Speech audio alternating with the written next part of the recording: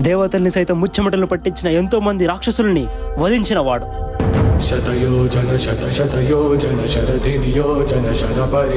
అమాయక ప్రజలను హింసించి ఆ మూషికాసురుడిని వధించి తన వాహనం చేసుకున్నాడు.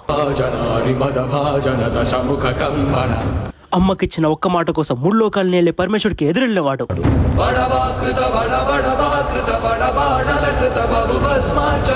మహాభారత కార్య నిర్మాణంలో వ్యాసుడికి అండగా నిలిచినవాడు.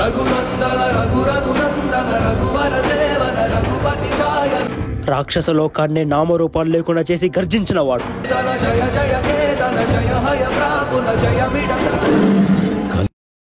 ప్రతి ఒక్క యుగంలో ఒక్కొక్క అవతారం ఎత్తి అందరికి అండగా ఉన్నాడు. ఈ కలియుగంలో మనకి కూడా అండగా ఉన్నాడు. ధర్మ కర్మ నిర్వహణ కోరిన దర్భకూడ దుర్జయ సమమౌనని చాటిన నాటి పురాణ ప్రబోధం నలు చరగులుగా.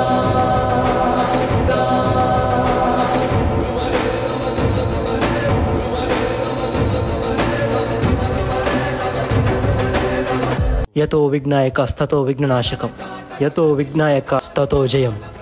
మేదిని పైతన వాదన చాటక కదిలిన